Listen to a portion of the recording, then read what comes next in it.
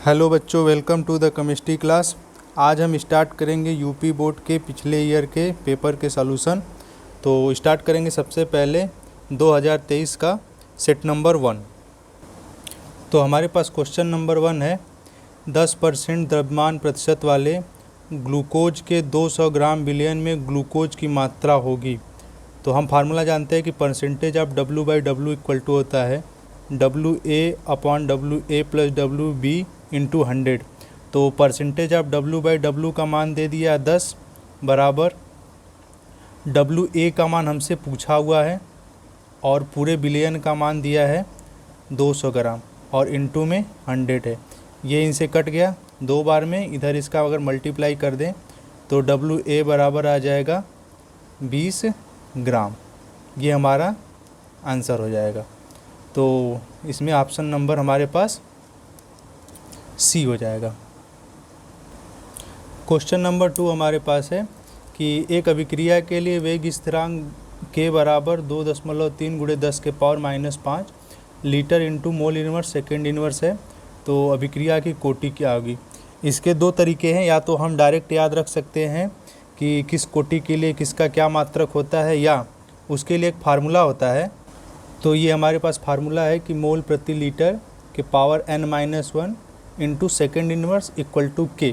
तो अगर हम यहाँ से देखें तो मोल प्रति के की वैल्यू दी हुई है, इसको ऐसे लिख लेते हैं मोल प्रति लीटर के पावर 1 n, यहाँ पे सेकेंड इनवर्स इक्वल टू, अगर हम इसे लिखें तो इसे लिखा जा सकता है, अगर मोल नीचे चला जाए या लीटर को अगर नीचे भेज दें तो मोल अपॉन लीटर के पावर -1 लिखा जा सकता है और बगल में सेकेंड इनवर्स है। सेकेंड इनवर्स से सेकेंड इनवर्स कट गया और यहाँ इसका अगर मोल प्रति लीटर आधार समान है तो पावर का आपस में इक्वल हो जाएंगे। तो अगर हम यहाँ से इसको लिखें तो 1 - n इक्वल टू -1, तो n इक्वल टू हो जाएगा 2। तो ये हमारे पास ये द्वितीय कोटि की अभिक्रिया आएगी। तो इसमें हमारा ऑप्शन सही होगा सी।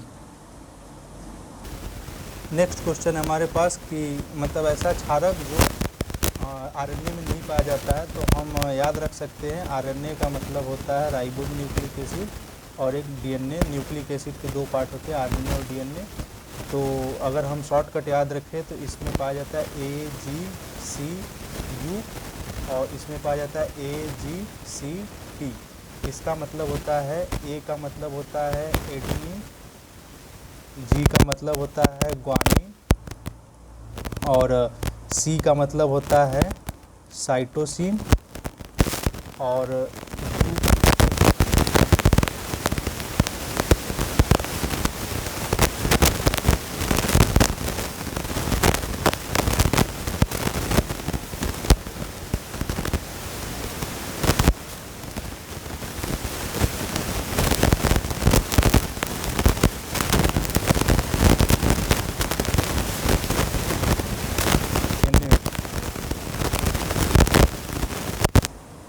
अगला क्वेश्चन हमारे पास है कि निम्न में से कौन कैनिजारो देता है।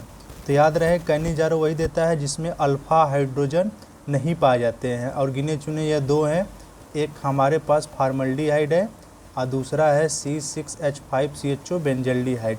इन दोनों में से जो भी ऑप्शन रहेगा सही होगा। तो हमें दिख रहा है कि पहला ऑप्शन है, तो इसमें बेंजल्डिहाइड वाला ऑप्शन सही हो जाएगा। अगला क्वेश्चन हमारे पास है कि कार्बिलेमिन अभिक्रिया देता है। तो कार्बिलेमिन अभिक्रिया वही देता है जो 1 डिग्री एमीन होता है और हमसे कभी कभी ये पूछ देता है कि इसमें प्रोडक्ट कौन सा बनता है। तो इसमें प्रोडक्ट याद रखिएगा, इसमें प्रोडक्ट बनता है आइसोसाइनाइड। ये भी किसी ईयर में पूछा हुआ क्वेश्चन है। तो हमारे पास ऑप्शन हो जाएगा इसमें जो 1 डिग्री एमीन है। तो हमारे पास 1 डिग्री एमीन पहला ऑप्शन दिख रहा मेथिलेमिन। अगला क्वेश्चन हमारे पास है 1 नंबर का क्वेश्चन है कि किसी विलयन की चालकता तनुता के साथ क्यों घटती है। आप क्वेश्चन देख लीजिएगा, किसी किसी का क्वेश्चन ना सिर्फ आंसर बता देंगे, क्वेश्चन हम एक बार पढ़ दिया करेंगे। आप अपने पास क्वेश्चन ज़रूर रखिएगा। तो अगर हम इसे समझें तो सपोज दैट मान लीजिए हमारे पास कोई एक कंटेनर है, इसमें हमारे पास प्लस और माइनस भरे हुए प्रति लीटर बिलियन में मापा जाता है चालकता। अगर तनुता बढ़ाने का मतलब है कि हम इसमें एक्स्ट्रा पानी ऐड कर दें। अगर हम एक्स्ट्रा पानी ऐड करते हैं तो इसका वॉल्यूम जो है बढ़ जाएगा। अब वॉल्यूम बढ़ने के साथ चार्ज तो उतने ही हैं, अब वॉल्यूम बढ़ने के साथ ये चार्ज काफ़ी दूर दूर हो जाएंगे, और चार्ज दूर होने की वजह से हमें पता है कि किसी भी विलयन की चालकता चार्ज की वजह से होती है। तो लिख सकते हैं कि तनुता बढ़ाने पर प्रति लीटर विलयन में आयनों की संख्या कम हो जाएगी। आयनों की संख्या कम होने की वजह से किसी भी विलयन की चालकता घट सकती है। अगर हमें लिखना हो तो हम ऐसे लिख सकते हैं, यहाँ पे लिखा हुआ है कि विलयन की चालकता विलयन के एकांक आयतन में उपस्थित आयनों की चालकता होती है। विलयन को तनु करने पर प्रति एकांक आयतन में आयनों की संख्या घटती है, जिसके कारण चालकता भी घट जाती है। नेक्स्ट सवाल हमारे पास न्यूमेरिकल है कि 298 केल्विन पर 0.20 m KCl विलयन की चालकता 0.248 साइमन्स सेंटीमीटर इनवर्स है, तो इसकी मोलर चालकता। तो मोलर चालकता का फार्मूला होता है लेमडा m इक्वल टू, इसको हम कप्पा कहते हैं, जिसे चालकता से नोट करते हैं कप्पा इंटू 1000 बटे m। तो यहाँ से अगर हम निकालें लेमडा m इक्वल टू, तो कप्पा की वैल्यू दी 0.248 इंटू 1000 अपान में हो जाएगा 0.2, और इसका हम सॉल्यूशन करेंगे तो आएगा 1240। पर आप अंशाल के उत्तर से मैच कराएंगे तो मैच नहीं करेगा, क्योंकि यहाँ पे अगर मिसप्रिंट है। अगर अंशाल के उत्तर से मैच करना है तो यहाँ पे 0.0248 होना चाहिए था, और इसका मात्रक बनेगा Simon centimetre square mole inverse होता है, ये इसका मात्रक है। अगला क्वेश्चन हमारे पास है, ये रासायनिक बलगतिकी केमिकल काइनेटिक्स का क्वेश्चन है, प्रथम कोटि से पूछा हुआ कि प्रथम कोटि की एक अभिक्रिया द्वियुग N2O5 से बन रहा है NO2 plus half O2। 310 kelvin पर अभिक्रिया हो रही है। प्रारंभिक सांद्रता दी हुई है इसके 1.24 इंटू 10⁻⁻², और जो 30 मिनट के पश्चात इतना रह जाती है। तो हम जानते हैं कि इसका जो फार्मूला होता है K इक्वल टू होता है 2.303 अपॉन T log A बटे A-6। जो A है उसकी इनिशियल है, और जो A-x है उसका अंतिम है या शेष बची हुई सांद्रता है। तो हमसे वेग स्थिरांक की गणना पूछा है, तो K बराबर हो जाएगा 2.303 बटा T, कितने पश्चात 30 सेकेंड। यहाँ पे लॉग हो जाएगा, इसकी प्रारंभिक सांद्रता थी 1.24 इंटू 10⁻⁻² अपॉन में हो जाएगा 0.2 इंटू 10⁻⁻²। ये इनसे तो कट जाएगा, इनको काटेंगे तो हमारे पास आएगा K इक्वल टू 2.303 बटे यहाँ पे हो जाएगा 30 हो जाएगा, लॉग इसकी वैल्यू आएगी 0.6 या नहीं 6.2 आएगी या 6 ही आएगी।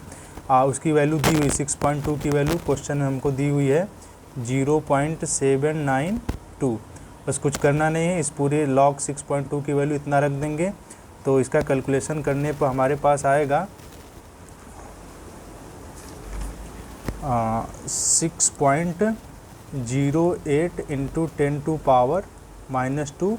मात्रक होता है प्रथम कोटि के लिए मीटर इनवर्स, ये इसका मात्रक हो जाए। बट अंशाल के आंसर से मैच कराएंगे तो ये मैच नहीं करेगा, क्योंकि अंशाल के आंसर में मिसप्रिंट है। हालांकि 30 मिनट से लगाएंगे ये सवाल तो इसका उत्तर इतना ही आएगा 6.08 इंटू 10⁻⁻²। अगर उससे उत्तर मैच कराना है तो हमको 30 के जगह 60 रखना पड़ेगा, तब उत्तर मैच कर जाएगा।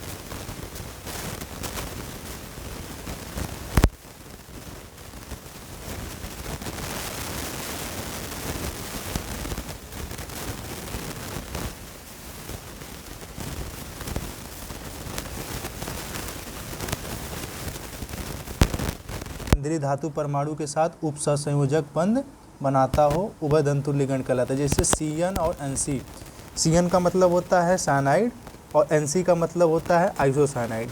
CN से जब अटैच करेंगे तो वो C के साइड से अटैच होगा, अगर उसी को हम उलट दें तो वो N के साइड से अटैच होगा। तो ऐसे लिगेंड को हम लोग उभय तंतु लिगेंड कहते हैं।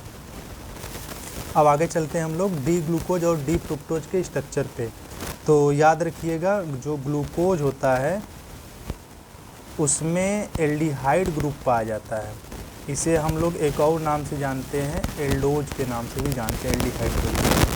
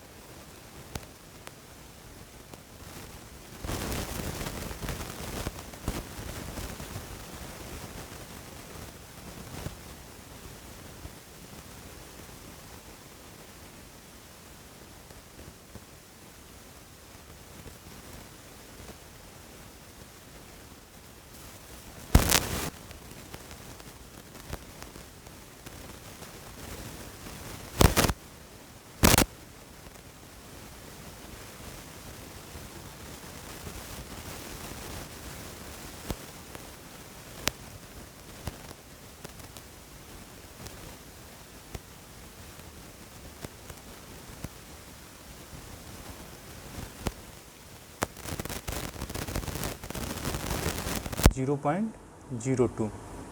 तो इसको हम अगर सॉल्व करेंगे तो सॉल्व करने के बाद देख लीजिएगा जितना आएगा वो आंसर हो जाएगा। हमारे कहने का मतलब ये था कि हमने यहाँ पे जो कप्पा की वैल्यू है ये वाली, हमने डायरेक्ट यहाँ पे 129/500 रख दिया है, ये न रख के। तो अगला क्वेश्चन हमारे पास था कि निम्न पर टिप्पणी करना था। तो उसमें पहला क्वेश्चन है कि प्रोटीन की द्वितीयक संरचना बताइए। तो अगर हम इसे संक्षिप्त टिप्पणी करें तो लिख सकते हैं कि द्वितीयक संरचना में जो प्रोटीन अणु होता है सर्पिलाकार कुंडलित होता है, कुछ इस टाइप का ऐसे होता है, घुमा हुआ सब होता है। और द्वितीयक संरचना में प्रोटीन को हाइड्रोजन बंध द्वारा स्थिरता प्रदान की जाती है। मतलब जो एडेनिन ग्वानिन होता है सब जुड़ा हुआ, वो इसमें एडेनिन ग्वानिन साइटोसिन और थाइमिन ये सब जुड़े हुए जो होते हैं, ए टी से जुड़ता है और जी सी से जुड़ता है, ये दो आपस में हाइड्रोजन बंध से जुड़े रहते हैं। तो हाइड्रोजन बंध एक एमाइड समूह के ऑक्सीजन तथा दूसरे एमाइड समूह के हाइड्रोजन के मध्य बनता है। अगर उसमें देखा जाए तो द्वितीयक संरचना वाले प्रोटीन जल में अघुलनशील तथा रेशेदार होते हैं। इसकी द्वितीयक संरचना दो प्रकार की होती है। तो मतलब दो तरह के प्रोटीन होते हैं, एक कड़दार होते हैं, कणिकामय होते हैं, जिसे हम लोग ग्लोब्यूलर प्रोटीन कहते हैं। एक होता है रेशेदार। रेशेदार का मतलब होता है जैसे नाखून में जो प्रोटीन पाया जाता है वो पानी में अघुलनशील होता है। बालों में भी एक प्रोटीन पाया जाता है जिसको हम लोग केराटिन कहते हैं, वो भी पानी में अघुलनशील होता है। तो उसका तात्पर्य इसी से है कि अगर जो प्रोटीन जल में अघुलनशील हैं वो रेशेदार प्रोटीन होते हैं, जो जल में घुलनशील हैं उसको कणिकामय प्रोटीन कहा जाता है। अगला था हमारे पास पेप्टाइड बंध। तो पेप्टाइड बंध को हम लोग एमाइड बंध भी कहते हैं, क्योंकि ये CONH2 के जैसा दिखता है। जो CONH2 होता है उसे हम लोग पेप्टाइड बंध कहते हैं, उसी को हम एमाइड भी कहते हैं। तो अगर हम इसे लिखें तो इन्हें एमाइड बंध भी कहा जाता है कि एक पेप्टाइड बंध का निर्माण एमिनो अम्ल के एक एमीन समूह का मतलब NH2 और दूसरे एमिनो अम्ल के कार्बोक्सिलिक समूह का मतलब होता है COOH के साथ क्रिया होती है, जिससे एक जल का अणु बाहर निकलता है। उनके मध्य एक बंध का निर्माण होता है जिसे पेप्टाइड बंध कहते हैं। अगर हम इसे बना के दिखाएं तो कुछ ऐसा बनेगा, जैसे मान लीजिए ये हमारे पास एक एमिनो एसिड की संरचना है, NH2, यहाँ पे C, यहाँ पे H, यहाँ पे मान लेते हैं R है, एक COOH है, और यहाँ पे एक और संरचना है NH2। फिर यहाँ से लिखेंगे तो H, हम इसको NH2 को इस प्रकार लिख लेते हैं, C यहाँ पे H मान लेते हैं, यहाँ पे R और उसके बगल में COOH। यहाँ पे क्या होता है कि यहाँ का OH और यहाँ का H निकल के मिल के H2O बना लेता है, और यहाँ पे CO और NH के बीच बॉन्डिंग हो जाती है, जिसे हम लोग पेप्टाइड बॉन्ड कहते हैं। इसी को हम लोग एमाइड बॉन्ड भी कहते हैं, क्योंकि जो एमाइड की जो ग्रुप की संरचना होती है इसको ऐसे लिखा जाता है CONH2, इसको हम लोग एमाइड कहते हैं, एमाइड ग्रुप है या एमाइड समूह, इसीलिए इसको हम लोग एमाइड समूह के नाम से भी जानते हैं, पेप्टाइड समूह को या पेप्टाइड बंध को। अगला हमसे पूछा था कि वे कार्बोहाइड्रेट मोनोसेकेराइड पूछा था। तो मोनोसेकेराइड की एक बहुत छोटी सी परिभाषा है कि वे कार्बोहाइड्रेट जो छोटे अणुओं में जल अपघटित नहीं हो सकते हैं मोनोसेकेराइड कहलाते हैं। मतलब सीधा सीधा बोल सकते हैं कि वे कार्बोहाइड्रेट जिनका जल अपघटन ही नहीं हो सकता है कार्बोहाइड्रेट कहलाते हैं। जैसे ग्लूकोज हो गए, फ्रुक्टोज हो गए, इनका जल अपघटन कराएंगे तो ये आगे कोई भी प्रोडक्ट नहीं देते हैं। अगला क्वेश्चन हमारे पास है, कारण पूछा था हमसे कि एनिलीन जो होता है वो फ्रीडल क्राफ्ट अभिक्रिया प्रदर्शित नहीं करती, ऐसा क्यों होता है। तो इसका सलूशन है, हमने लिखा हुआ है पहले से कि एनिलीन जो होता है एक लुईस क्षार होता है। लुईस क्षार का मतलब होता है जो लोन पेयर डोनेट करने की क्षमता रखता हो, कैपेबिलिटी रखता हो, जो कि क्या करता है कि हमको पता है फ्रीडल क्राफ्ट अभिक्रिया जो होती है निर्जल AlCl3 की उपस्थिति में होती है, और AlCl3 जो होता है एक लुईस अम्ल होता है जो एक्सेप्ट करता है लोन पेयर को। तो इसमें लिखा है कि जो कि AlCl3 से क्रिया करके लवण बनाता है, जिससे एनिलीन के n परमाणु पर, जो एनिलीन होता है रिंग के ऊपर NH2 को हम लोग एनिलीन कहते हैं, इसका स्ट्रक्चर भी बनाया जाएगा। तो एनिलीन के n परमाणु पर धनावेश आ जाता है, जो एक इलेक्ट्रॉन स्नेही प्रतिस्थापन अभिक्रिया के लिए मजबूत निष्क्रिय समूह के जैसा काम करता है। मतलब उस पर इलेक्ट्रॉन स्नेही प्रतिस्थापन अब नहीं होगा, निष्क्रिय समूह के जैसा काम करेगा। और हमको पता है कि फ्रीडल क्राफ्ट अभिक्रिया हो, उसमें दो अभिक्रिया होता है, एक एल्काइलेशन होता है, एक एसाइलेशन होता है। तो इसलिए नहीं होता है कि क्योंकि हमको पता है कि जो भी आर्थो मेटा पे या पैरा पे प्रोडक्ट जुड़ते हैं सब के सब इलेक्ट्रॉन स्नेही प्रतिस्थापन होते हैं, तो वो पोजीशन ही क्रिएट नहीं कर पाता है। तो इसीलिए एनिलीन जो होता है वो फ्रीडल क्राफ्ट अभिक्रिया नहीं देता है। देखते हैं ऐसा क्यों होता है। देखिए ऐसा क्यों होता है। ये हमारे पास एनिलीन है, मतलब रिंग के ऊपर NH2, ये क्या करता है AlCl3 से क्रिया करके सॉल्ट बना लेता है। सॉल्ट बनाने का मतलब ये कुछ ऐसा हो जाता है, NH2 पे प्लस आ जाता है और यहाँ पे AlCl3 आ जाता है। तो हमको पता है कि जो फ्रीडल क्राफ्ट होता है, फ्रीडल क्राफ्ट का मतलब होता है ये अगर एल्किल हैलाइड से रिएक्शन कराएं तो इसको कहते हैं हम लोग एल्किलीकरण या एल्काइलेशन, और हम लोग एसिटिल क्लोराइड के साथ रिएक्शन कराएं तो इनको हम लोग कहते हैं एसिलीकरण या एसाइलेशन। तो अब इसमें क्या होता है कि यहाँ से ये बॉन्ड ब्रेक होता है, यहाँ पे ये प्लस, यहाँ पे माइनस, इस वाले पार्ट को जाके वहाँ पे अटैच होना पड़ता है। तो अटैच हो नहीं पाता क्योंकि यहाँ पे कहीं भी माइनस क्रिएट इस रिंग में नहीं हो रहा है, इसीलिए ये अभिक्रिया निष्क्रिय कर देता है। बस यही इसका रीज़न था।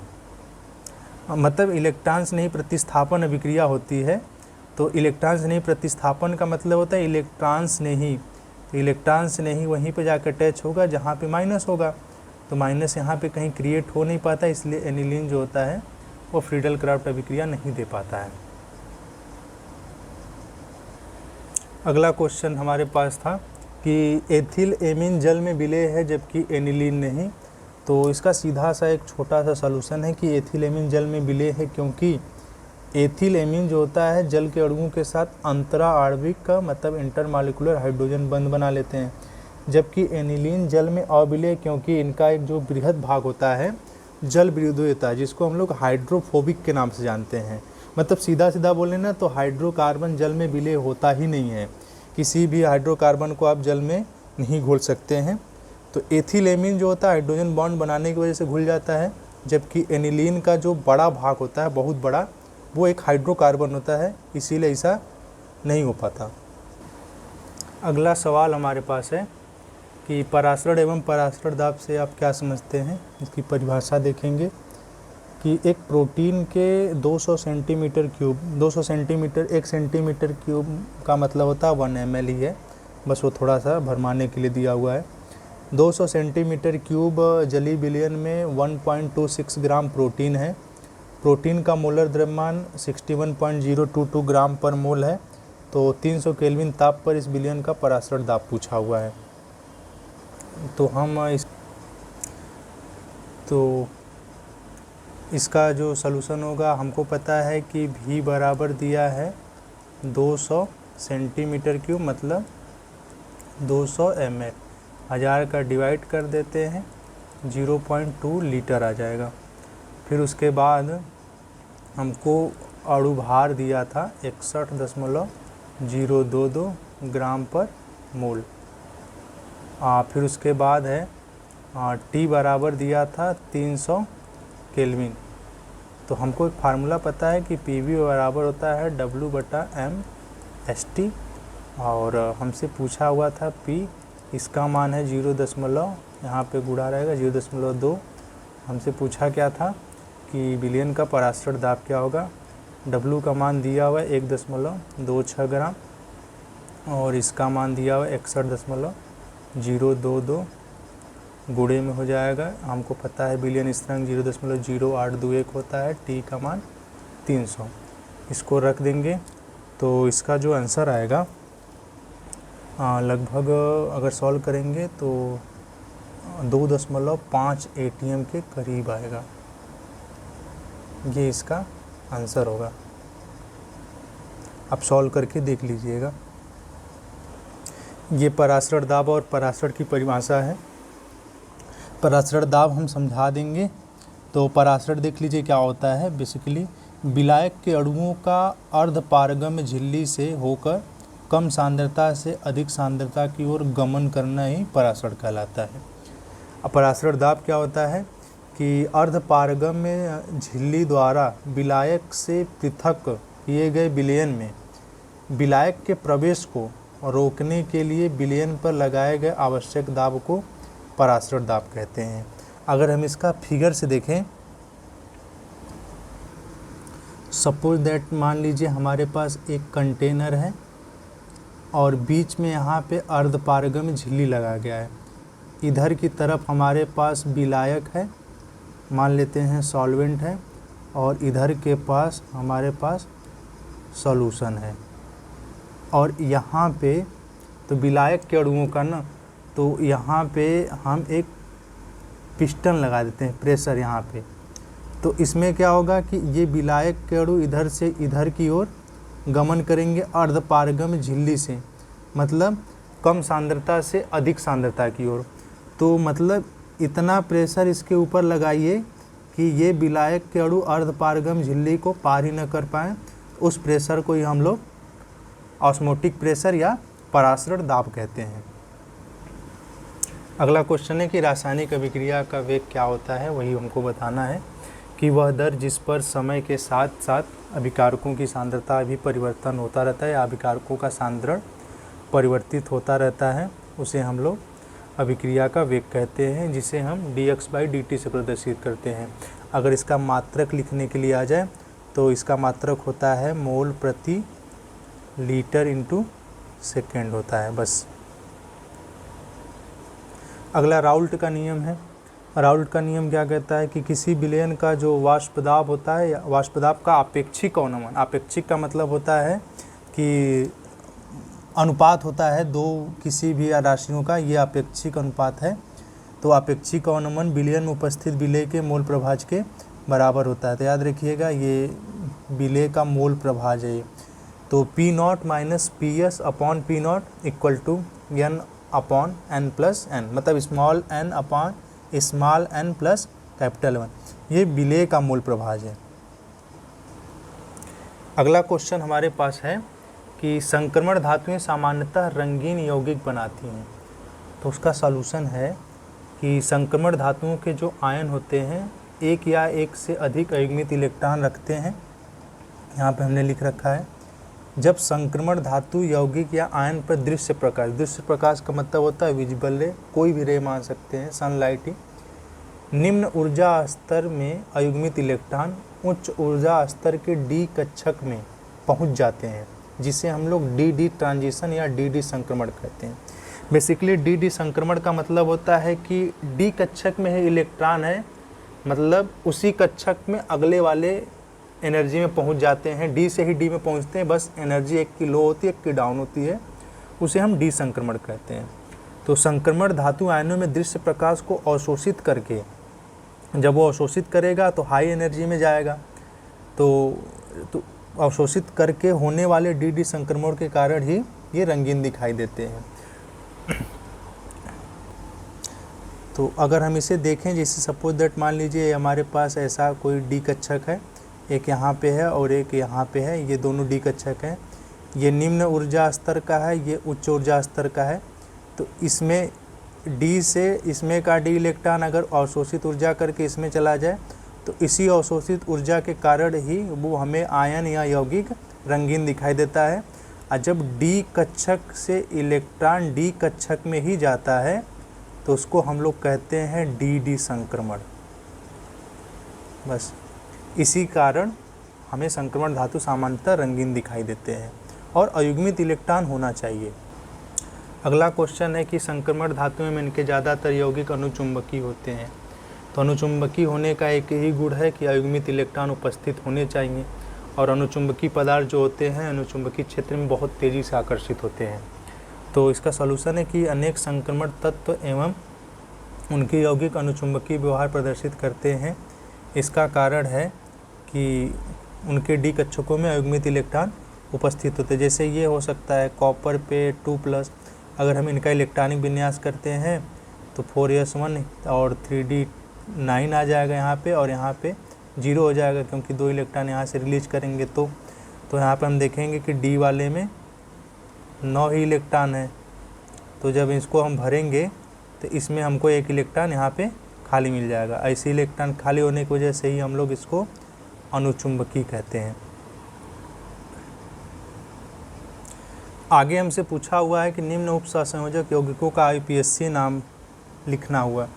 तो क्वेश्चन दिया हुआ है CO और Cl2,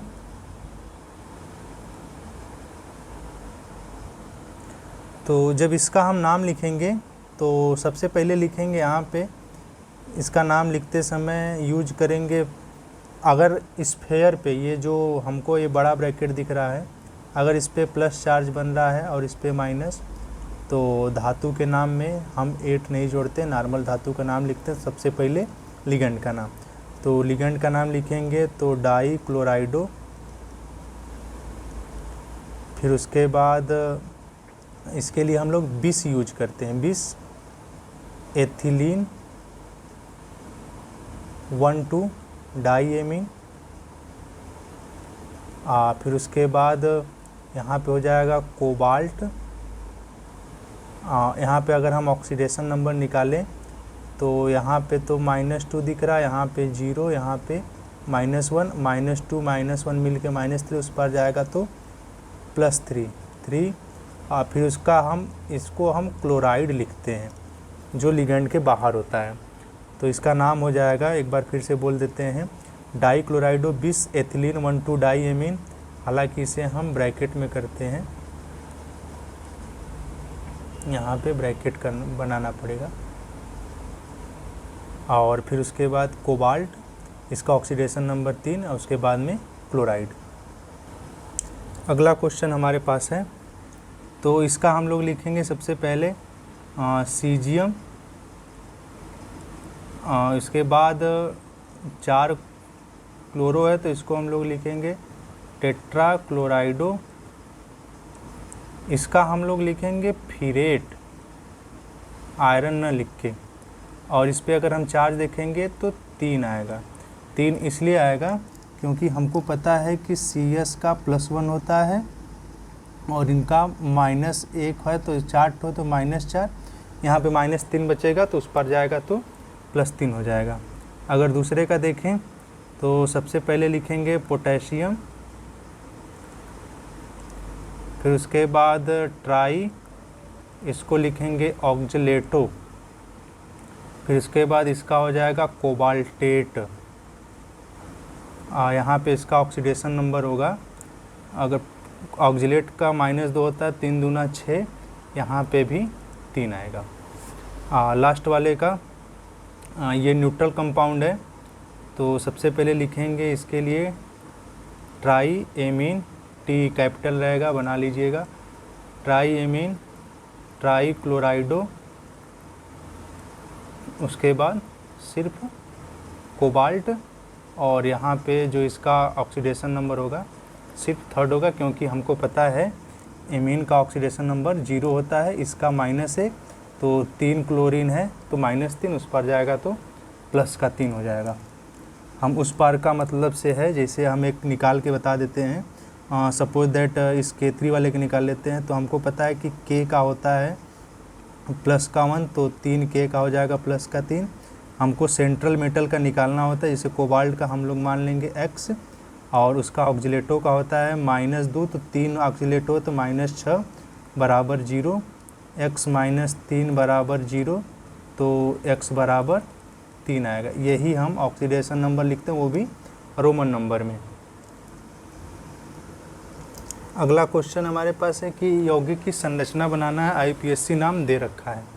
तो अगर हम इसका देखें, पेंटेन है तो हम सिर्फ कार्बन बनाना है, हाइड्रोजन आप अपने से बैलेंस कर लीजिएगा। यहाँ पे पेंटेन का मतलब 5 कार्बन।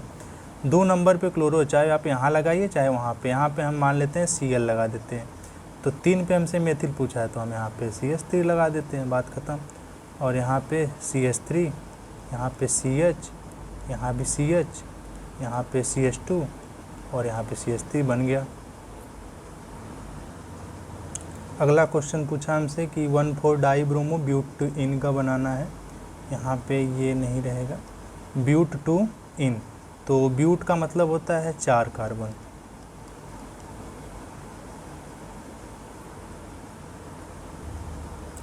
तो यहाँ पे अगर हम देखें 4 कार्बन, ब्यूट टू इन है तो इसका मतलब यहाँ पे डबल बॉन्ड रहा होगा। यहाँ पे एक ब्रोमो लगा देते हैं और एक ब्रोमो यहाँ पे लगा देते हैं, यहाँ पे CH और यहाँ भी CH2 और यहाँ भी CH2 और यहाँ पे एक CH, यहाँ पे एक CH, यहाँ पे। बस बन गया इसका स्ट्रक्चर। अगला क्वेश्चन है कि 1 क्लोरो 2 मेथिल बेंजीन बनाना है। तो बेंजीन बनाने के लिए सबसे पहले हमको एक बेंजीन रिंग बनानी पड़ेगी। यहाँ पे रिंग बन गया, 1 क्लोरो मतलब यहाँ पे Cl, 2 मेथिल मतलब यहाँ पे मेथिल, बन गया इसका स्ट्रक्चर। अगला पूछा हुआ है कि 1 क्लोरो 4 मेथिल साइक्लोहेक्सेन कैसे बनेगा। तो साइक्लोहेक्सेन बस बेंजीन के जैसा ही होता है, बट इसमें पाई बॉन्ड नहीं होता है। ये हो गया यहाँ पे, ये पाई बॉन्ड, ये जो बीच में हमने बनाया है बस ये नहीं रहेगा, याद रखिएगा। बीच में यहाँ ये बेंजीन बन जाएगा। तो 1 क्लोरो मतलब यहाँ पे Cl, 4 मेथिल का मतलब यहाँ पे CH3। बस याद रखिएगा, ये बीच में पाई बॉन्ड नहीं रहेगा। अगर इसे बना देंगे तो बेंजीन बन जाएगा। ये साइक्लोहेक्सेन हमसे पूछा हुआ है। अगला क्वेश्चन है कि 3 ब्रोमो 2 मेथिल ब्यूट टू इन। ये अगर देखा जाए बेसिकली तो ये क्वेश्चन ही गलत है, क्योंकि 3 पे ब्रोमो तो जाएगा नहीं, क्योंकि 3 ब्रोमो का मतलब होता है कि अल्फ़ाबेट से देखा जाए तो ये गलत होगा। यहाँ पे मेथिल के जगह पे ये 3 मेथिल ना हो, 2 मेथिल ना हो के ये 3 मेथिल होगा। तो याद रखिएगा, ये वाला यहाँ पे होगा और ये वाला यहाँ पे होगा। बस और सब कुछ सही है और हमारे पास स्ट्रक्चर बन गया। हाइड्रोजन बैलेंस कर लेंगे। यहाँ पे देखा जाए तो ये CH3, यहाँ पे CH, यहाँ पे CH, यहाँ पे CH3। आगे हमसे क्वेश्चन पूछा हुआ है, हम बोल देते हैं, क्वेश्चन लिख नहीं पाएंगे, कि अगर N ब्यूटिल क्लोराइड को एल्कोहलिक KOH के साथ गर्म किया जाता है तो N ब्यूटिल क्लोराइड का मतलब CH3, CH2, CH2, CH2 और ये है N ब्यूटिल क्लोराइड। इसको KOH के साथ गर्म किया जाता है, वो भी कैसा, एल्कोहलिक। ये सेट-जैप रूल है। सेट-जैप ना कह के इसको हम विलोपन कह सकते हैं। सेट-जैप यहाँ पे रहता है तब होता है। तो बेसिकली ये जो होता है एल्कोहलिक KOH जो होता है, ये यहाँ पे प्लस यहाँ पे माइनस, ये वाला OH जो होता है एज ए बेस काम करता है। तो बेस काम करता है तो ये वाला पोजीशन अल्फ़ा पोजीशन होता है, ये वाला पोजीशन बीटा पोजीशन। तो ये बीटा पोजीशन से हाइड्रोजन को एक्सट्रैक्ट करता है, मतलब निकालता है। तो इसको हम ऐसे लिखें, CH3, CH2, CH, यहाँ पे H, यहाँ पे CH2, यहाँ पे Cl। ग्रुप से पहला जुड़ा कार्बन अल्फ़ा, दूसरा बीटा। और इसको हम अगर K प्लस और OH माइनस यहाँ लिख दें, ये इनको अप्रोच करेगा तो ये वाला बॉन्ड इधर की तरफ शिफ्ट हो जाएगा। तो हमको पता है कि हाइड्रोजन जो सबसे अच्छे लिविंग ग्रुप होते हैं ये निकल जाएगा। तो हमारे पास बनेगा यहाँ पे CH3, CH2, बीच में डबल बॉन्ड आ गया, यहाँ पे CH और फिर यहाँ पे CH2 हो जाएगा और फिर उसके बाद यहाँ से KCl निकल जाएगा। तो बेसिकली देखा जाए तो थोड़ा सा गड़बड़ हो गया, यहाँ पे ये बॉन्ड यहाँ पे रहेगा। अगर हम इसको ऐसे लिखें CH3, ये लिखा जा सकता है। तो अगर रिएक्शन कराएंगे तो हमको मिलेगा ब्यूटीन मिलता है। अगला रिएक्शन है कि शुष्क ईथर की उपस्थिति में मेथिल आयोडाइड की क्रिया मैग्नीशियम से होती है। तो मेथिल आयोडाइड प्लस मैग्नीशियम और यहाँ पे ईथर रहेगा। तो हमको पता है कि ग्रिग्नार्ड बनता है CH3 Mg और I हो जाएगा। इसको हम लोग ग्रिग्नार्ड रिएजेंट के नाम से जानते हैं या ग्रिग्नार्ड अभिकर्मक के नाम से। अगला क्वेश्चन है कि मेथिल आयोडाइड की क्रिया KCN से होती है। तो याद रखिएगा ये CH3 है, ये यहाँ पे KCN है। डायरेक्ट न्यूक्लियोफिलिक होता है, न्यूक्लियोफिलिक का मतलब CH3 बन जाएगा CN प्लस KI। एक चीज़ याद रखिएगा, यहाँ पे कभी कभी आ जाता है AgCN अगर हो तो यहाँ पे साइनाइड न बन के यहाँ पे आइसोसाइनाइड बनता है। इसका रीज़न है कि ये वाला कंपाउंड जो KCN है वो आयनिक कंपाउंड है और जो AgCN है वो एक सहसंयोजक कंपाउंड है। तो यही रीज़न इसका कि KCN से अगर रिएक्ट कराएंगे तो साइनाइड बनेगा, लेकिन AgCN से रिएक्ट कराएंगे तो आइसोसाइनाइड बनता है। अगला है हमारे पास कि शुष्क ईथर की उपस्थिति में मेथिल आयोडाइड की विक्रिया सोडियम से। तो याद रखिएगा ये ऊर्ज अभिक्रिया है, methyl iodide plus sodium plus एक और मेथिल आयोडाइड रहेगा और यहाँ से ये निकल जाता है Na के रूप में, वो भी 2 मॉलिक्यूल, और यहाँ पे हमारे पास बच जाता है CH3 इसका नाम है, हम लोग जानते हैं कि इसका नाम एथेन है। याद रखिएगा ये ऊर्ज रिएक्शन है। अगला क्वेश्चन हमारे पास है कि क्लोरोबेंजीन की क्रिया जलीय NaOH के साथ होती है। तो ये क्लोरोबेंजीन हमारे पास है, इनकी क्रिया होती है जलीय NaOH के साथ। तो हमको पता है कि ये OH इनके ऊपर अटैक कर देता है। बट बेसिकली हमारा, हालांकि इसका एक मैकेनिज़्म होता है लेकिन हमें मैकेनिज़्म पूछा नहीं है।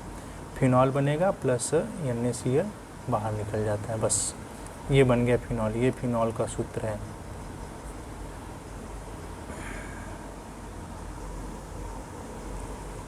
अगला क्वेश्चन हमसे पूछा हुआ है कि एथेनॉल का औद्योगिक उत्पादन कैसे करेंगे और उसके बनाने की विधि पूछा है। रासायनिक समीकरण भी लिखना है और एथेनॉल का विहाइड्रोजनीकरण कैसे होता है वो बताना है। और दूसरी बात है कि एथेनॉल का अम्लीय निर्जलीकरण से एथीन प्राप्त करना है। तो क्वेश्चन आप देख लीजिएगा, हम आपको बता देते हैं कि इनका करना क्या है। तो यहाँ पे लिखा हुआ है कि एथेनॉल का निर्माण निम्न 2 विधियों से किया जा सकता है, एथिलीन से और एसिटिलीन से। तो हम आपको एसिटिलीन से बता दे रहे हैं। तो यहाँ पे बनेगा हमारे पास कि एसिटिलीन पर अगर HgSO4 या H2SO4 की उपस्थिति में 60 डिग्री सेल्सियस पर अभिक्रिया कराते हैं तो हमारे पास ये तैयार हो जाता है एथिल अल्कोहल। इसको आप लिख सकते हैं। दूसरा ये भी लिख सकते हैं कि गन्ने के शर्करा से, मतलब इसको फर्मेंटेशन, जिसको हम लोग किण्वन कहते हैं, कि शर्करा के लगभग 10% विलयन में ईस्ट डालकर 25-30 डिग्री सेल्सियस ताप पर छोड़ देते हैं। कुछ दिनों पश्चात एथिल अल्कोहल में परिवर्तित हो जाती है। एथिल अल्कोहल में मतलब इसका अगर हम देखें नोटेशन की कैसे पता चलेगा, कैसे हमें महसूस होगा कि एथिल अल्कोहल बन गया है, तो वहाँ से CO2 गैस रिलीज होने लगती है। हमसे पूछा है कि एथिल अल्कोहल का जब विहाइड्रोजनीकरण कराते हैं तो क्या बनता है। तो विहाइड्रोजनीकरण का मतलब होता है, हाइड्रोजनीकरण का मतलब तो होता है हाइड्रोजन का जुड़ना, विहाइड्रोजनीकरण का मतलब हाइड्रोजन का निकलना। यहाँ से ये पहला पोजीशन पे, जो अल्फ़ा पोजीशन पे, यहाँ से हाइड्रोजन निकल जाएगा। हाइड्रोजन निकल जाएगा तो क्या बनेगा, CH3 बनेगा और CHO बनेगा। हाइड्रोजन यहाँ से निकल गया, ये इसका रिएक्शन होगा। दूसरा पूछा हुआ है इसमें हमसे कि एथेनॉल के अम्लीय निर्जलीकरण से एथीन प्राप्त करने की क्रिया विधि लिखना है। तो याद रखिएगा, मतलब इसका एक प्रोसेस होता है कि मतलब एक रिएक्शन आता है CH3 CH2 OH। अगर हम इसको जेन्युइन तरीके से लिखें तो कॉपर की उपस्थिति में 300 डिग्री सेल्सियस पे गर्म करते हैं तो इसका विहाइड्रोजनीकरण हो जाता है, यहाँ से हाइड्रोजन निकल जाता है। ये इसका कंप्लीट रिएक्शन हुआ। आइए उसका मैकेनिज़्म देखते हैं कि एथिल अल्कोहल से कैसे बनता है। तो यहाँ पे CH3, यहाँ पे CH2, यहाँ पे OH। हमको पता है कि इनके ऊपर लोन पेयर होता है, तो अम्लीय जल अपघटन कराना है H+। तो अभी क्या करता है कि ये जो लोन पेयर है ये इनको डोनेट कर देता है। डोनेट करने के बाद हमारे पास ये बचता है, तो CH3 CH2 और यहाँ पे O के ऊपर पॉजिटिव चार्ज आ गया, इधर H था पहले से और एक H यहाँ पे आ गया। अब यहाँ से क्या होगा, हमको पता है कि O पे पॉजिटिव वो सहन नहीं कर पाता, तो यहाँ पे जो O पे पॉजिटिव आयन है ये यहाँ से रिलीज हो जाता है। तो रिलीज हो जाता है तो हमको यहाँ से सबसे पहले करना पड़ेगा, हमको आयन बनाना पड़ेगा। तो ये यहाँ से जब रिलीज हो जाएगा तो हमको ये मिलेगा CH3 मिलेगा, CH2 इसके ऊपर पॉजिटिव चार्ज आएगा क्योंकि ये वाला बॉन्ड टूटा था ये वाला, और यहाँ से H2O तो रिलीज हो गया।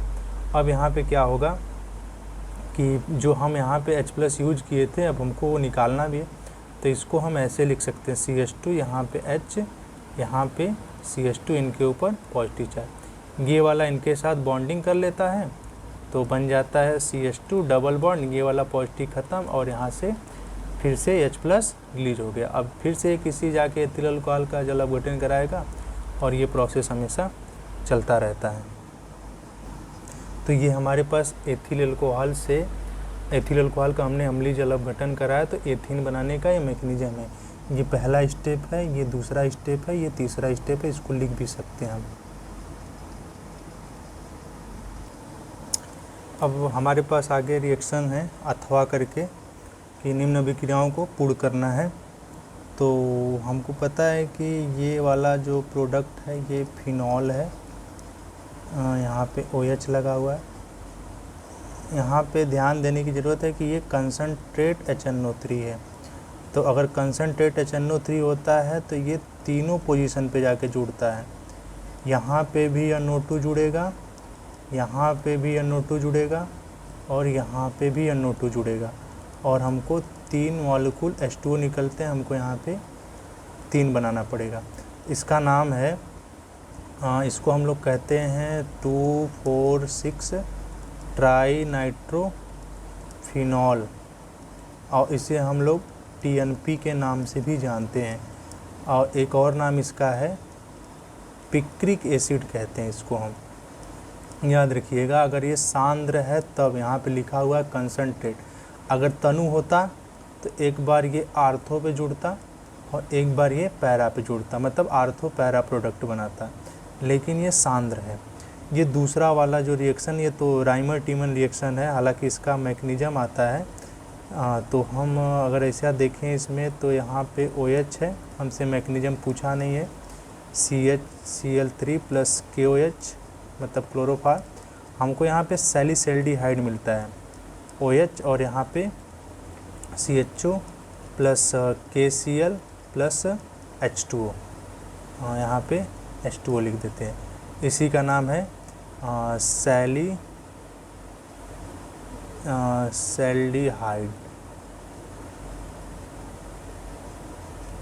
सैलिसैल्डिहाइड। आगे का रिएक्शन हमारे पास है कि हमसे पूछा है CH3 CH2O और बीच में C, यहाँ पे CH3 और यहाँ भी CH3, यहाँ भी ये बॉन्ड है, यहाँ भी बॉन्ड है, और यहाँ पे है CH2 और यहाँ पे है CH3। हमसे HI के रिएक्शन कराने के लिए बोला है, तो हमसे पूछा है कि क्या क्या बनेगा। हम यहाँ से अगर ये बॉन्ड तोड़ दें तो यहाँ पे माइनस और यहाँ पे प्लस, और ये वाला बॉन्ड हम यहाँ से तोड़ दें तो H पे प्लस I पे माइनस, तो ये H+ यहाँ पे आके अटैच हो जाएगा। तो क्या बन जाएगा CH3 CH2 CH2 OH, और इसके साथ बन जाएगा यहाँ पे CH3, यहाँ भी C, और यहाँ पे CH3 यहाँ पे लिख देते हैं। अगर यहाँ पे हम I लिख दें तो इधर CH2 और इधर पे CH3, ये दूसरा प्रोडक्ट बनेगा। अगला क्वेश्चन हमारे पास है CH3 CH2 नहीं CH, इधर भी CH3 और यहाँ पे OH, और यहाँ पे इसके ऊपर क्रोमियम ट्राईऑक्साइड लिखा हुआ है। यहाँ से हमसे पूछा है कि क्या बनेगा। हमको पता है क्रोमियम ट्राईऑक्साइड एक ऑक्सीडाइजिंग एजेंट है, यहाँ से हाइड्रोजन और यहाँ से भी हाइड्रोजन निकल जाएगा, तो बचेगा क्या CH3C, यहाँ से हाइड्रोजन निकलेगा तो ये ऑक्सीजन डबल बॉन्ड में हो जाएगा, यहाँ पे CH3 ये कीटोन बन गया। ये पूरा का पूरा जो है ये कीटोन है। अगला हमारे पास है एसिटिक एसिड है और यहाँ पे LiAlH4 लगा हुआ है। हमको पता है कि ये अपचायक हैं, तो अपचायक हैं तो इन्हें हमको पता है कि यहाँ पे ऑक्सीजन अगर निकल जा रहा है तो हमारे पास क्या बचेगा। तो बेसिकली अगर हम देखें तो इसको हम ऐसे लिखते हैं CH2, यहाँ पे C डबल बॉन्ड, यहाँ पे OH। तो याद रखिएगा ये वाला अपचायक जो होता है, यहाँ से ये ऑक्सीजन ये जब गायब हो जाएगा तो यहाँ पे 2 बॉन्ड खाली हो जाएंगे। इस 2 बॉन्ड को भरने के लिए यहाँ पे हमको पता है लिथियम एल्युमिनियम हाइड्राइड ये रिलीज करता है, तो यहाँ पे आ जाएगा CH3। अब यहाँ पे O के जगह पे आ जाएगा CH2 और यहाँ पे OH। तो याद रखिएगा एसिटिक एसिड का हम लोग अपचयन कराएंगे तो बनता है हमारे पास एथेनॉल। ये अगला क्वेश्चन हमारे पास है, थोड़ा लंबा क्वेश्चन है बट उसका सॉल्यूशन उतना ही छोटा है। हमसे पूछा हुआ है कि एक कार्बनिक यौगिक A है, मतलब जिसका आणविक सूत्र दे रखा है पता नहीं वो क्या है, लेकिन आगे दे रखा है कि वो 2,4-DNP टेस्ट देता है, मतलब डाई नाइट्रोफिनाइल हाइड्रोजन टेस्ट देता है। और हमको एक चीज़ पता है, याद रखना पड़ेगा कि DNP कीटोन और एल्डिहाइड ही देते हैं। इसका मतलब ये जो आणविक सूत्र लिखा हुआ है हमारे पास यहाँ पे ये वाला, या तो ये कीटोन का सूत्र है या तो ये एल्डिहाइड का सूत्र है। फिर उसके बाद आगे लिखा हुआ कि सोडियम हाइड्रोक्साइड की उपस्थिति में आयोडीन के साथ गर्म करने पर पीला अवक्षेप देता है। तो हमको पता है कि यह हैलोफार्म अभिक्रिया ऐसा होता है जिसमें हम लोग I2 आ गया तो इसका मतलब आयोडोफार्म है। आपको पूरी जानकारी होनी चाहिए हर एक नेमिंग रिएक्शन के बारे में। आगे है कि गर्म करने पर अवक्षेप बनता है। फिर उसके बाद जो A है वहाँ पे जो ये आणविक सूत्र दे रखा है यौगिक का, वो टॉलिन अभिकर्मक और फेलिंग विलयन को अपचयित नहीं करता है।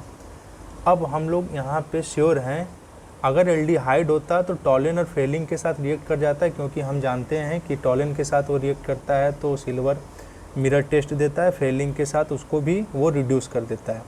और न ही ब्रोमीन जल को वर्णविहीन करता है, मतलब कलरफुल नहीं दिखाता है, न कलर उसके साथ नहीं देता। तो पूछ रहा है कि वो क्या हो सकता है।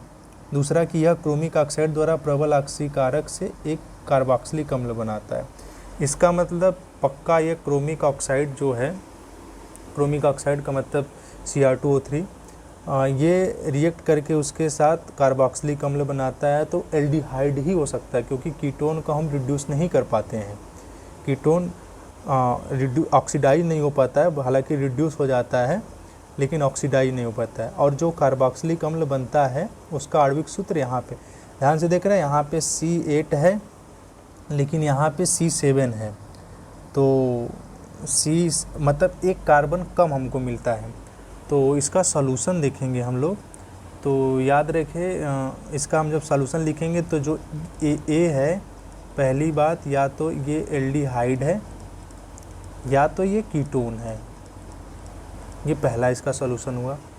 दूसरा याद रखिएगा DNP टेस्ट यही दोनों देते हैं। DNP का मतलब होता है, ये इसका फार्मूला है, ये यहाँ पे फिनाइल हाइड्रोजन का मतलब होता है NH2, यहाँ पे एक NO2 है और एक NO2 यहाँ पे है, ये DNP का फार्मूला है।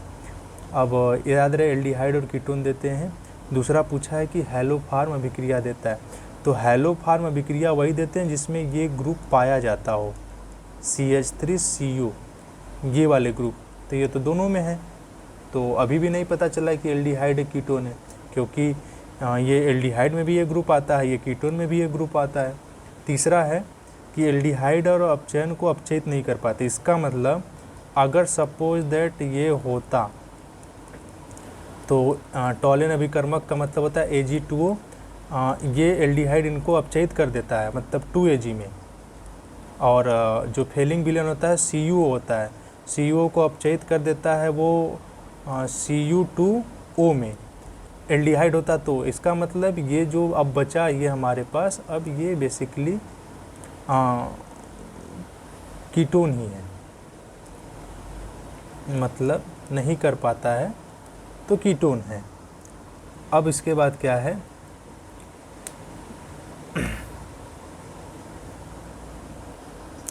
अब कीटोन में वो हो भी क्या सकता है, तो हमको फार्मूला बना के देखना पड़ेगा कि वो 8 कार्बन थे, यहाँ पे तो 6 बन गया, और कीटोन भी है तो यहाँ पे अगर हम COCH3 बना दे तो ये कीटोन है, और इसका नाम है एसीटोफिनॉन।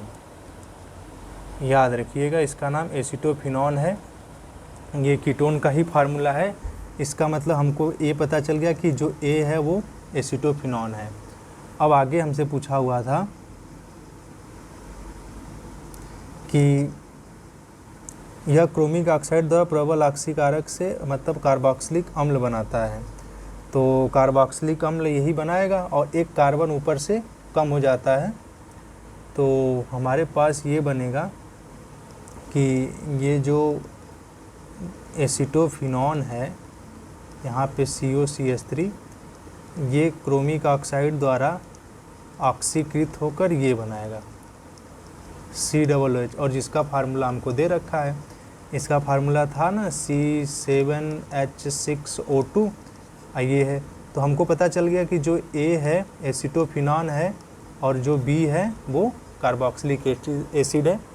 सूत्र पता चल गया, हमको यही पूछा था कि A और B को बताना था कि क्या है। देख लेते हैं कि अंत में क्या पूछा हुआ है। पूछा है कि यौगिक A और B को पहचानिए, तो याद रखिएगा। अच्छा, इसमें बीच में एक और क्वेश्चन है कि ना ही ब्रोमीन जल को वर्णविहीन करता है।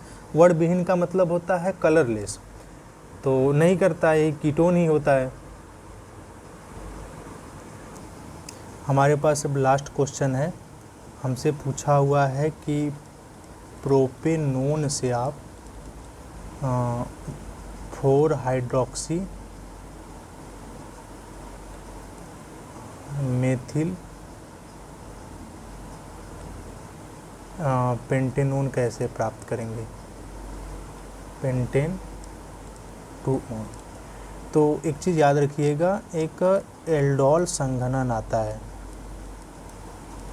एल्डोल संघनन में क्या होता है कि एल्डिहाइड, कोई एक एल्डिहाइड लेते हैं, इसमें एक अल्फा हाइड्रोजन हो, तो मतलब सेम एल्डिहाइड का हम सेम एल्डिहाइड से मान के चलिए यहाँ पे CH3CHO है, तो हम CH3CHO के साथ ही रिएक्ट कराते हैं, तो ये बनता है एल्डोल। हमसे पूछा है कि प्रोपेनोन से कैसे बनाना है, तो याद रखिएगा इसको हम लोग कहते हैं कीटोल के नाम से जानते हैं। तो अगर हम देखें यहाँ पे CH3 CO CH3 प्लस यहाँ एक बार और यहाँ पे CO CH3। अब यहाँ से क्या होता है कि यहाँ का एक हाइड्रोजन इस वाले ऑक्सीजन के साथ रिएक्ट करता है, मतलब यहाँ पे फिर यहाँ पे 2 बचा अब, और बस इसके साथ यहाँ पे जब जाके टच होगा तो देखिए बना क्या, मतलब बेसिकली ये पहले इसको हम लोग यहाँ से ब्रेक करेंगे, यहाँ पे माइनस आएगा और यहाँ पे प्लस आएगा, ये वाला अटैच हो जाएगा यहाँ पे, ये नीचे चला जाए, तो बना क्या CH3, C ऊपर आ गया OH। अब ये वाला CH3 को हम लोग नीचे लिख देते हैं यहाँ पे, और ये वाला सामने से आके यहाँ से जुड़ जाएगा। यहाँ पे अब CH2 बचा हुआ है, एक H चला गया, O के पास OH बना लिया, यहाँ पे कीटोन है और यहाँ पे CH3 है। ध्यान से देखेंगे ना, इसका नंबरिंग करेंगे 1 2 3 4 और 5 देखेंगे तो बेसिकली ये वाला यही है, यही कंपाउंड है, ये वाला बन गया हमारे पास। इसका नाम है 4 हाइड्रोक्सी, यहाँ पे 4 हाइड्रोक्सी है, 4 नंबर पे मेथिल है, 5 कार्बन की चेन है। तो याद रखिएगा कीटोन का रिएक्शन अगर हम कीटोन से कराएं, मतलब प्रोपेनोन का प्रोपेनोन से कराएं, तो हमको ये बन जाएगा। हमसे अगला पूछा हुआ कि एथेनॉल से, अभी जो हमने बताया आपको एल्डोल संघनन में ये आपको एथेनॉल मिल जाएगा एल्डोल संघनन में। तो बेसिकली इसको हम ऐसे लिख सकते हैं CH3CHO प्लस CH3CHO, मतलब ये एल्डोल संघनन है। एल्डोल संघनन वही देते हैं जिसमें अल्फा हाइड्रोजन उपस्थित होते हैं। तो इसको हम ऐसे लिख लेते हैं CH3 Cu, यहाँ पे CH, फिर इसको हम ऐसे लिख सकते हैं, लिखा जा सकता है। अब ये क्या हुआ कि यहाँ से ये वाला बॉन्ड ब्रेक हो गया, यहाँ पे माइनस मान लेते हैं, यहाँ पे प्लस मान लेते हैं। ये वाला बॉन्ड यहाँ से ब्रेक हो गया, यहाँ पे माइनस और H पे प्लस। ये वाला यहाँ पे अटैक कर देता है और ये वाला इस पे अटैक करता है, तो क्या बनेगा CH3 C, ऊपर OH आ गया, यहाँ पे तो H पहले से है और ये सामने से आके अटैच हो गया। अब नंबरिंग करके देखिए, यहाँ पे 1 2 3 4, तो 3 नंबर पे हाइड्रोक्सी और 4 कार्बन की चेन है, तो ब्यूटेन है।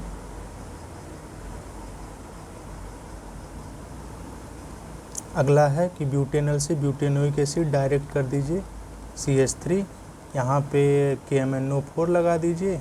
KMnO4 एक ऑक्सीडाइजिंग एजेंट है यहाँ पे, तो बन जाएगा CH3 COOH। तो ये तो एथेनल से है, ब्यूटेनल से ब्यूटेनोइक बनाना है, तो आप यहाँ पे कार्बन बढ़ा दीजिएगा, यहाँ पे भी कार्बन बढ़ जाएगा ऑटोमेटिक। अगला क्वेश्चन हमारे पास है कि एथेनोइक अम्ल से एथेनोइक एनहाइड्राइड, तो एथेनोइक अम्ल की क्रिया करा दीजिए एथेनोइक अम्ल से ही, यहाँ पे ये, और इसी की क्रिया इन्हीं के साथ करा दीजिए CH3 C+OH। जब कराएंगे तो यहाँ से H और यहाँ से, मतलब एक इधर से एक H और इधर से एक OH, इसको उलट के लिख लेंगे तो ये बनेगा हमारे पास CH3CO, बीच में एक O बच जाएगा, इधर भी आ जाएगा ये CH3CO। इसी को हम लोग कहते हैं एनहाइड्राइड भी कहते हैं इसको, याद रखिएगा। अगला हमसे पूछा है कि बेंजील अल्कोहल से, तो बेंजील अल्कोहल का फार्मूला ये होता है, इसके ऊपर CH2OH होता है, तो इनसे बनाना हमको फेनिल मेथेनोइक अम्ल, एथेनोइक अम्ल। तो सबसे पहले हम इनकी क्रिया करा देंगे PCl5 से, तो PCl5 से कराएंगे तो हमको मिल जाएगा, यहाँ पे हमको पता है अल्कोहल में पढ़े हैं कि OH जो होता है यहाँ पे Cl आ जाता है, बाकी हम छोड़ देंगे। यहाँ पे आपको पता है कि POCl3 निकलता है, HCl निकल जाता है, उससे हमसे मतलब है भी नहीं। अब इनकी क्रिया हम करा देंगे KCN के साथ, तो KCN के साथ कराएंगे तो हमको पता है कि हेलो एल्केन में पढ़े हैं कि यहाँ पे CN आ जाता है। अब यहाँ पे जब हम CN की क्रिया अगर हम करा दें H2O के साथ CH2CN, अगर हम इनका हाइड्रोलिसिस करा दें तो जो CN है वो कन्वर्ट हो जाता है डायरेक्ट, याद रखिएगा।